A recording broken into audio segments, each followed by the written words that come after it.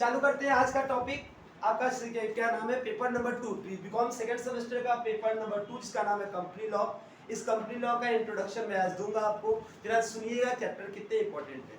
ठीक है, company law के याद रखिएगा। आपका सबसे पहला टॉपिक क्या है, ये आपके 5 यूनिट इसके अंदर हो किए हुए हैं। आपके फर्स्ट पार्ट में जाके देखिएगा जिसमें मैंने आपके सारे सब्जेक्ट का इंट्रो दिया हुआ है। उसमें आपको मैंने बता चुका है कि कितने यूनिट्स आपके कंपनी लॉ में है। 5 यूनिट है। पहले यूनिट का नाम है introduction to company.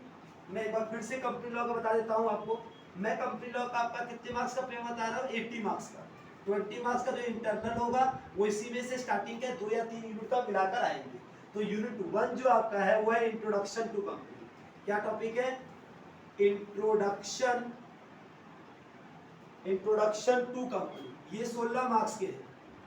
Her unit 16 marks का है, इसलिए ध्यान से सुनेंगे, सारे पार्ट करेंगे। जैसे पहले मैं यूनिट खत्म करूंगा 3 या 4 बार खत्म होने के बाद, तो मैं इसका एमसीक्यू कराऊंगा। मैं यूनिट का पहले पूरा डिस्क्रिप्शन दूंगा, सब कुछ एक एक टर्म बेस सिलेबस के साथ जो यूनिट्स है वो समझाऊंगा। उसके बाद मैं आपको जाकर एमसीक्यू क्वेश्चन दूंगा। पहले एमसीक्यू देके रटाने का काम मुझे नहीं करना है, क्योंकि ये कंपनी लॉ बहुत ही खतरनाक टॉपिक है। चीजें जब तक समझ आपको नहीं आएगी, आपको लर्न नहीं होगा, तो इसके पहले एमसीक्यू करने का कोई फायदा नहीं है। यहाँ पर कोई आपको लर्न करने वाला कॉन्सेप्ट ही नहीं है। आपको समझना है, आपको याद करना है कंपनी में कैसे कैसे फॉर्मेशन होता है। तो पहला है इंट्रोडक्शन टू कंपनी। कंपनी के इंट्रोडक्शन, आज का मेरा सब्जेक्ट का टॉपिक ही इंट्रोडक्शन टू कंपनी है। आज मैं आपको इंट्रोडक्शन टू कंपनी का फर्स्ट क्लास आपको दूंगा, लेकिन उसके पहले मैं 5 यूनिट फिर से आपको दिखा देता हूँ क्या क्या है। इंट्रोडक्शन टू कंपनी है, दूसरा है फॉर्मेशन टू कंपनी। क्या है, फॉर्मेशन टू कंपनी। कंपनी को फॉर्म कैसे किया जाता है, ये भी आपका 16 मार्क्स का है। 16 मार्क्स का टॉपिक है जिसका नाम क्या है, formation to company. Unit number 3 जिसका नाम क्या है, कंपनी एडमिनिस्ट्रेशन। क्या नाम है, कंपनी एडमिनिस्ट्रेशन।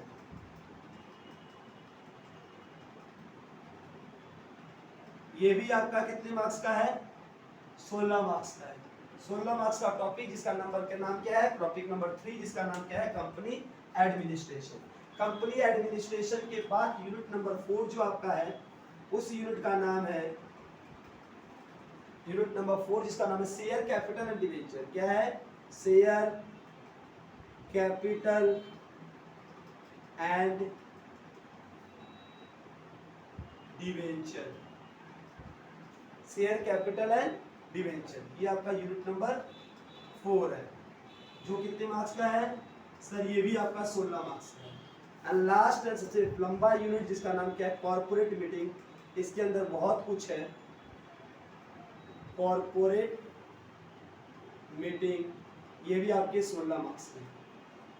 ये आपके 5 यूनिट है, 16 करके। इस 5 यूनिट को अच्छे से पहले देख लीजिए। आज हम चालू करेंगे पेपर आपको एक्सप्लेन करना। यहाँ तक में अगर कोई दिक्कत है तो हमसे कंफर्म कीजिए। यहाँ से वाले चैप्टर्स के नाम मैंने आपको लिखे हैं। 5 यूनिट फिर से रीड कर देता हूँ। Introduction to company, formation to company, company administration, share capital and debenture, corporate meeting. सारे यूनिट आपके 16 मार्क्स के। कोई भी यूनिट अगर आप छोड़ेंगे तो 16 मार्क्स आपके हाथ से चला जाएगा।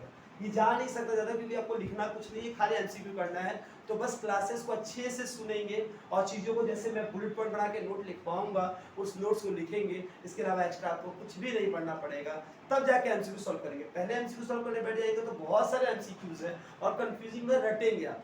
रटेंगे तो कोई मकसद नहीं है आपको। जस्ट मैं जैसे कॉन्सेप्ट बताता जाता हूँ, उस बुलेट पॉइंट को लिखते जाइएगा, आपका सारा कॉन्सेप्ट क्लियर हो जाएगा। यहाँ तक अगर हो गया हो तो बोलिएगा, फिर आगे बढ़ता हूँ। मैं इस यूनिट 1 को एक्सप्लेन करने से पहले आप लोगों को एक बार छोटा सा मार्क डिस्ट्रीब्यूशन ही बता देता हूँ। ठीक है, तो याद रखिएगा पेपर का पैटर्न। ये यूनिट 1 को लिखने से पहले कोना में साइड में कहीं मार्क्स डिस्ट्रीब्यूशन लिखिए, मार्क्स डिस्ट्रीब्यूशन। मार्क्स डिस्ट्रीब्यूशन का क्या है सर, इसका 2 ग्रुप है। एक है आपका ग्रुप ए, एक है आपका ग्रुप बी। ग्रुप ए में जो है वो 1 मार्क्स के क्वेश्चन आते हैं। क्या आते हैं, 1 मार्क्स के क्वेश्चन। इस 1 मार्क्स के क्वेश्चन ग्रुप ए में कितने आते हैं, 20 टू आते हैं। कितने आते हैं, 20 टू आते हैं। और हर यूनिट से 4 क्वेश्चन आएंगे। 4 question in unit 1, 4 question in unit 2, 4 question in unit 3 1 2 3 4 question in unit 4 and 4 question in unit 5। Total मिला के 20 क्वेश्चंस हो गए। अच्छा, ग्रुप बी जो होता है वो आपके आते हैं 2 मार्क्स के, ये 30 क्वेश्चंस आते हैं। तो यहाँ हो गया आपका 60 क्वेश्चंस। 5 यहाँ पर आपको होते हैं 6 क्वेश्चन आते हैं हर यूनिट से। 6 question in unit 1, 6 question in unit 2, 6 question in unit 3, 6 question unit 4 and 6 question unit 5। अपने आप देख लीजिएगा कितने क्वेश्चन हो गए, 6 25 30 क्वेश्चन, 30 और 20 50 क्वेश्चन। 50 तो आपको एमसीक्यू देगा। यहाँ पर 1 मार्क्स के 20 ठो रहेंगे और 2 मार्क्स के 30 ठो रहेंगे। 1 मार्क्स वाले 4 ठो क्वेश्चन रहेंगे यूनिट 1 से और 6 ठो क्वेश्चन रहेंगे यूनिट 2 से। टोटल 10 क्वेश्चन है। 1 × 4 4 मार्क्स होता है, 2 × 6 12 मार्क्स होता है, 12 4 16 मार्क्स। हर यूनिट से equivalent amount of distribution of marks. यहाँ पर कोई दिक्कत आपको, मतलब हर यूनिट को अच्छे से अगर पढ़ के आप चले जाएंगे तो आपको दिक्कत नहीं आएगा। टॉपिक बहुत ही छोटे छोटे रहेंगे। यहाँ तक मैं अगर पहले उतार लीजिए, इसमें कोई दिक्कत नहीं, बताइए। फिर चालू करेंगे अपना आज का मेन यूनिट नंबर 1, जिसका नाम क्या है, इंट्रोडक्शन टू कंपनी। पहले आज पूरा यूनिट को समझाऊंगा, पूरा यूनिट एक्सप्लेन करूंगा, फिर नेक्स्ट डे मैं आपको इस यूनिट का आपका वो आपको शीट दे दूंगा, जिसको आपको घर बैठे रिवाइज करनी है। पहले लेकिन मेरे साथ साथ जो पॉइंट मैं बताता जाऊंगा उतारते जाइएगा, ठीक है। यहाँ तक कोई दिक्कत है तो बताइए।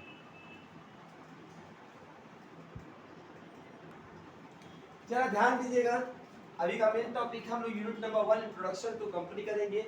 इसके अंदर भी कितने टॉपिक्स हैं, इस यूनिट के अंदर 5 टॉपिक्स हैं।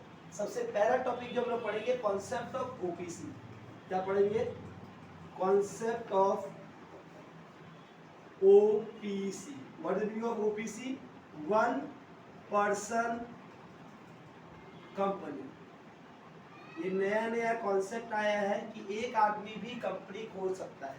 पहले क्या नियम था कि सर एक आदमी तो केवल सोल प्रोप्राइटर से बिजनेस होता है, एक से अधिक हुआ तो पार्टनरशिप होता है। हाँ, और कंपनी खोलने के लिए मिनिमम प्राइवेट कंपनी में 2 मेंबर और पब्लिक कंपनी में 7 मेंबर होना मैंडेटरी, उसके नीचे कंपनी खुलता ही नहीं। लेकिन एक नया कंपनी का कॉन्सेप्ट आया, इसका नाम क्या है, 1 पर्सन कंपनी। एक आदमी ही ओनर है, उसके बावजूद भी वो कंपनी का फॉर्मेशन कर सकता है। हम लोग यही पूरा डिटेल ऑफ ओपीसी हमारा सिलेबस के अंदर है, जो हम लोग पढ़ेंगे। 1 पर्सन कंपनी कैसा होता है, क्या क्या उसका प्रोटोकॉल होता है, कैसे खुलता है, उन सारे टॉपिक को हमको पढ़ना है। तो हमको पढ़ना क्या है, concept of OPC, conversion of OPC. इसके साथ कॉमा देके लिखिए, conversion of OPC into other forms of companies. क्या टॉपिक है, कॉन्सेप्ट ऑफ ओपीसी क्या होता है, conversion of OPC into other forms of company. Other कितने फॉर्म्स ऑफ कंपनी होते हैं उसको देखते हैं। फिर forms for nominee to be filed with ROC, registration of company. ROC का फुल फॉर्म क्या होता है, registration of company. Concept of OPC मतलब 1 पर्सन कंपनी क्या होता है। फिर conversion of OPC to other form of company, किस तरीके से एक ओपीसी से प्राइवेट कंपनी में, एक ओपीसी से पब्लिक कंपनी में, एक ओपीसी से कोऑपरेटिव सोसाइटी में, ओपीसी से कैसे बिजनेस में, ओपीसी से कैसे पार्टनरशिप में कन्वर्शन हो सकता है। Forms of nominee to be filed with ROC, याद रखिएगा 1 पर्सन कंपनी में नॉमिनी का कैसे फॉर्मेशन किया जाता है। रजिस्ट्रेशन ऑफ कंपनी क्या होता है, ROC का मतलब होता है रजिस्ट्रेशन ऑफ कंपनी। इसके पूरे कॉन्सेप्ट को हमको यहाँ पर पढ़ने हैं यूनिट 1। यहाँ पर ओपीसी से रिलेटेड कॉन्सेप्ट रहेगी। फिर हमको यूनिट नंबर 2 में पढ़ना है एसोसिएटेड कंपनी। क्या पढ़ना है, एसोसिएट कंपनी। सबसे मेन इंपॉर्टेंट टॉपिक है, यहाँ से सारे कंपनी का फॉर्मेशन पढ़ना है। ये चीज आपको बहुत ज्यादा ही जरूरत पड़ेगा, सिग्निफिकेंट कंट्रोल। मैं जो आपको लिखवा रहा हूँ सिलेबस नहीं है, मैं आपको बुलेट पॉइंट लिखवा रहा हूँ कि इस यूनिट के अंदर में आपको कैसे कैसे कॉन्सेप्ट पढ़ने हैं, इसी से आपका 3 MCQ आ जाएगा। अभी जो सिलेबस का टॉपिक लिखवा रहा हूँ इसी से 3 क्वेश्चन आ जाएगा। ये एसोसिएटेड कंपनी का मतलब क्या होता है, होल्डिंग कंपनी, ये कंपनी कैसी होती है, ये सब भी MCQ में पूछे। जरा ध्यान से ताते याद रखते रहिएगा कि एसोसिएट कंपनी सिग्निफिकेंट कंट्रोल 20%, कितना percent, 20% of total voting power. याद रखिएगा, टोटल वोटिंग पावर मतलब होता है क्या सर, एक कंपनी होती है, जैसे मान लो मैं मेन कंपनी, मेरी ये कंपनी एसोसिएटेड कंपनी है। एसोसिएटेड कंपनी मतलब मेरी हेल्पिंग कंपनीज को बोलते हैं, ये मालिक नहीं है, क्योंकि इसने केवल 20% वोटिंग राइट रखा है। वो कंपनी जिसके पास शेयर 20% तक है, उससे कम है, ज्यादा नहीं। सो वो लोग एसोसिएट, मेरा एसोसिएट है मतलब मेरा साथी है, मेरा साथी है मतलब वो मेरा मेन बॉस नहीं है, ये मेरा साथी है, मतलब हम लोग मिलके एसोसिएट करके मिलके कंपनी चला रहे हैं।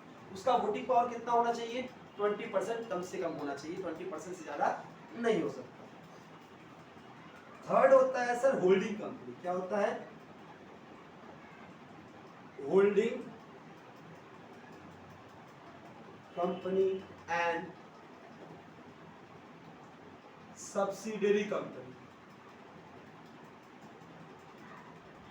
होल्डिंग कंपनी और सब्सिडियरी कंपनी क्या होता है, होल्डिंग कंपनी वो कंपनी होता है जो कंपनी को क्या करके रखा है, होल्ड करके रखा है। मतलब होल्डिंग कंपनी मतलब हो गया, मान लो एक कंपनी लिमिटेड कंपनी है, अगर उसका मोर देन 50% शेयर मेरे पास है, तो मैं कंपनी का क्या कर रहा हूँ, होल्ड कर रहा हूँ। मेजोरिटी किसके पास है, मेरे पास है। तो अगर मैं बोलूंगा कंपनी वैसे ही काम करेगी, क्योंकि मेरा वोटिंग पावर मोर देन 50% है। 50% ज्यादा हो जाने के बाद मैं उस कंपनी को होल्ड कर रहा हूँ, और वो कंपनी मेरी क्या है, सब्सिडियरी कंपनी, वो मेरे आज्ञा का पालन करेगी। मान लो ए लिमिटेड कंपनी ने बी लिमिटेड कंपनी का होल्डिंग रखा है, तो ए लिमिटेड कंपनी जो होगी वो जो डायरेक्शन दिखाएगी, बी लिमिटेड वैसे ही काम कर सकती है, क्योंकि ए लिमिटेड कौन, उसका बॉस है।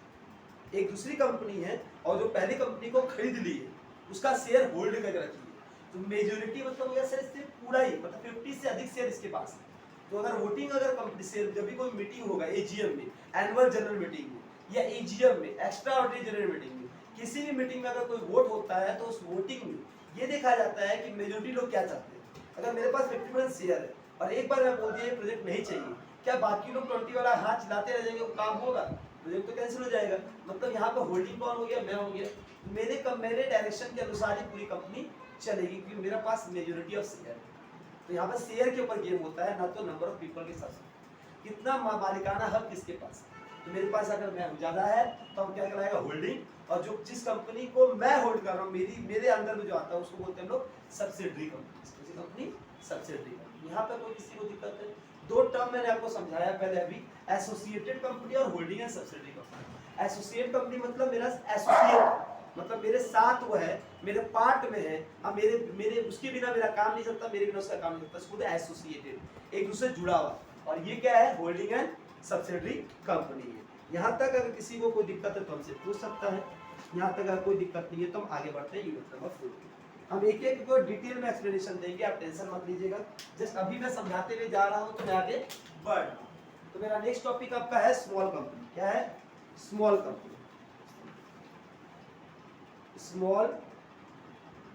स्मॉल कंपनी बोल के भी छोटी सी कंपनी होती है।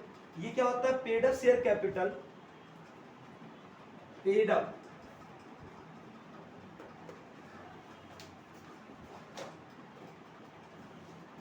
Share capital not more then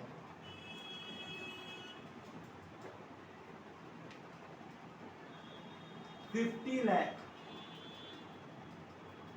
और हायर अमाउंट which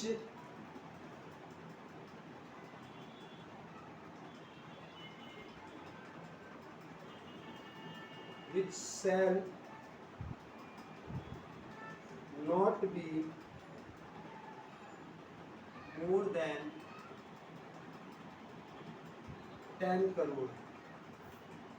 मैं अगर रीड करने बैठूं तो मैं क्या लिखा हूं, स्मॉल कंपनी उस कंपनी को बोलते हैं जिसका पेड अप शेयर कैपिटल, मतलब जो मैं शेयर कैपिटल पे कर रहा हूं वो 50 लाख से ज़्यादा नहीं होना चाहिए। द अमाउंट भी और higher amount which shall not be 10 crore, 50 lakh से ज़्यादा नहीं होना चाहिए और हायर अमाउंट 10 करोड़ से ज़्यादा नहीं होना चाहिए। मतलब ये क्या है सर, कैपिटल है, और ये आपका क्या है sir, amount of which shall not B, मतलब यहाँ क्या बोला तुम्हारा सेल का वैल्यू 10 करोड़ से ज़्यादा, नेटवर्थ 10 करोड़ ज़्यादा नहीं होना चाहिए और कैपिटल 50 लाख से ज़्यादा नहीं होना चाहिए। ऐसी कंपनी को हम कैसी कंपनी बोलते हैं, स्मॉल कंपनी। क्या बोलते हैं, स्मॉल कंपनी, छोटी कंपनी। ये कौन सी कंपनी है, छोटी सी कंपनी। अब एक कॉन्सेप्ट और है, जरा ध्यान सुनिएगा,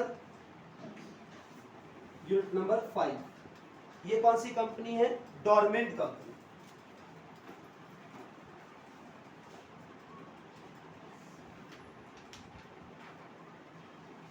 डोरमेंट कंपनी क्या होती है, formed for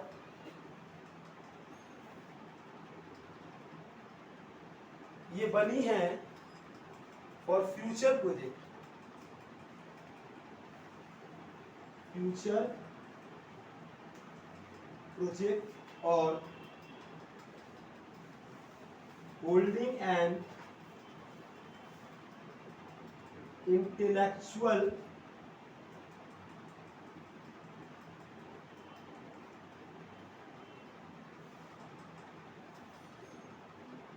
property.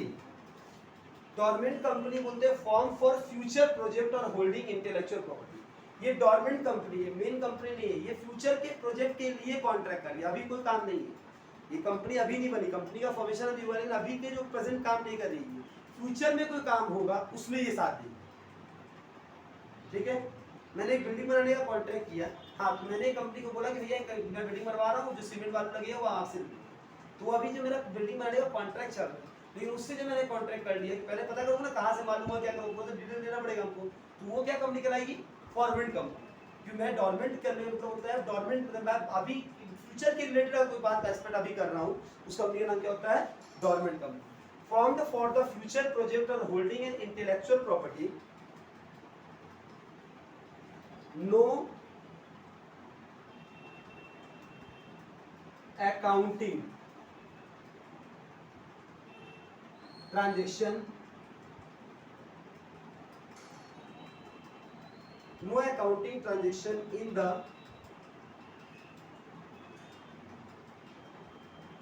last 2 years, no accounting transaction in last 2 years has not filed financial statements and annual returns in last 2 years। बोला जा रहा है dormant company formed for a future project और holding intellectual property, no accounting transaction in the last 2 year. Last 2 year तक अभी तक कोई accounting transaction इसके अंदर नहीं हुआ है। Filed with the financial statement and annual return in last 2 year. And last unit इसका नाम क्या है, concept of body corporate and foreign company.